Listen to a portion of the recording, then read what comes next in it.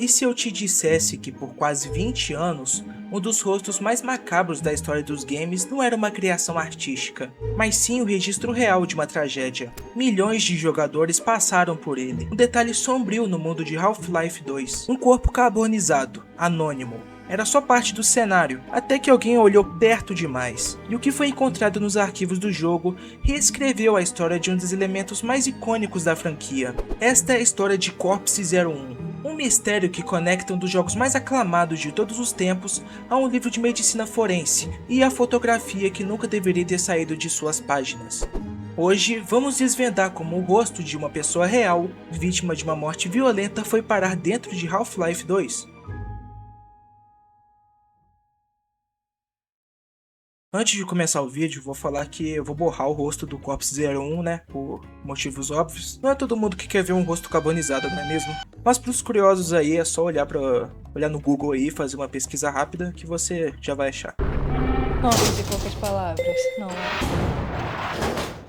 Para entender a importância disso, precisamos voltar para 2004. Half-Life 2 não era apenas um jogo, era um marco tecnológico e narrativo. Ele nos jogava em City 17, uma cidade distópica sob o controle de uma força alienígena, a Combine. O mundo era sombrio e opressivo, e para construir essa atmosfera, a Valve, a desenvolvedora do jogo, encheu seus cenários de detalhes que contavam uma história de sofrimento e resistência.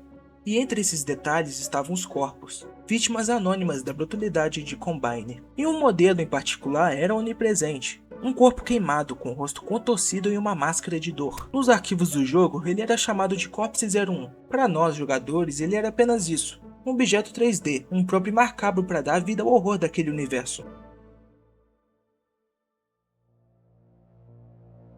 Por anos, ninguém questionou sua origem. Era um trabalho de arte digital impressionante e perturbadoramente realista. A textura que dava vida a esse rosto não foi desenhada, pintada ou esculpida digitalmente do zero. Ela foi copiada. E a fonte era mais real do que qualquer jogador poderia imaginar. O mistério começou a desenrolar publicamente por volta de 2022. Em fóruns e comunidades online dedicadas a Half-Life, o tópico ressurgiu com força. Alguém notou que a textura do Corpse 01 parecia fotográfica, real demais. Então a caçada começou. Fãs e modders começaram a vasculhar os arquivos do jogo, isolando o arquivo de imagem usado no modelo Corpse 01.jpg.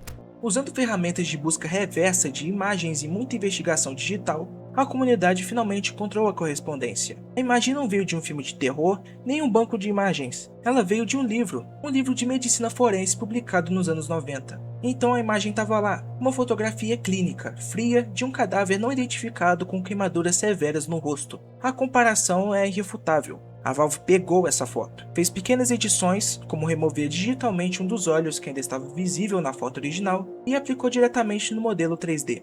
O horror que vimos no jogo não era simulação, era um eco de uma morte real. A descoberta foi um choque. Por quase 2 décadas a comunidade de Half-Life esteve, sem saber, interagindo com a imagem de uma pessoa real que sofreu um fim terrível. Quanto à identidade da pessoa, bem, até hoje permanece um completo mistério. E é aqui que a história fica ainda mais sombria. Sem um nome, a especulação tomou conta da internet. Quem era essa pessoa e o que aconteceu com ela? A própria foto dá algumas dicas perturbadoras. Especialistas e curiosos apontaram que as queimaduras pareciam concentradas no rosto, enquanto o cabelo e o resto do corpo parecem relativamente intactos. Isso levou a teorias de que não foi um acidente, mas sim um ato deliberado. Uma das teorias difundidas, embora sem provas concretas baseadas em porra nenhuma, é que a vítima teria sido alvo da máfia. O uso de um maçarico para desfigurar o rosto era uma tática conhecida no submundo do crime, seja como uma forma de tortura ou para impedir a identificação. A foto tirada para um livro de ciência forense seria o registro final de um crime brutal que nunca foi solucionado. Mas por que a Valve usaria uma imagem tão explícita? A resposta pode estar na própria história de desenvolvimento de Half-Life 2. O jogo que conhecemos é muito diferente da sua versão inicial, a famosa beta. Essa versão era muito mais sombria, quase um jogo de terror de sobrevivência.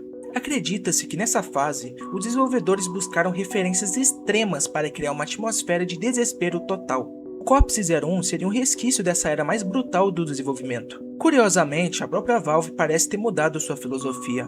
Anos depois, ao criar os zumbis de Left 4 Dead 2, os artistas revelaram que pararam de usar referências de gore real, pois era psicologicamente desgastante.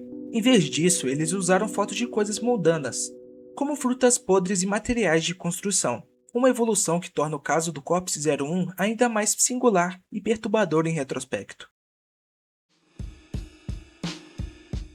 A reação da comunidade foi mista, fascínio, horror e um certo desconforto ético. Muitos jogadores expressaram que não conseguiam mais ver o modelo da mesma forma. Em resposta, modders talentosos criaram patches que substituem a textura original por uma alternativa totalmente fictícia, permitindo que as pessoas revisitem o clássico sem o peso dessa verdade sombria. O caso do Corpse 01 nos força a fazer uma pausa. Ele nos lembra que por trás de cada linha de diálogo, de cada textura e modelo 3D, existem pessoas reais tomando decisões. Às vezes, na busca pelo realismo e pela imersão, a linha entre o ético e o antiético pode se tornar turva.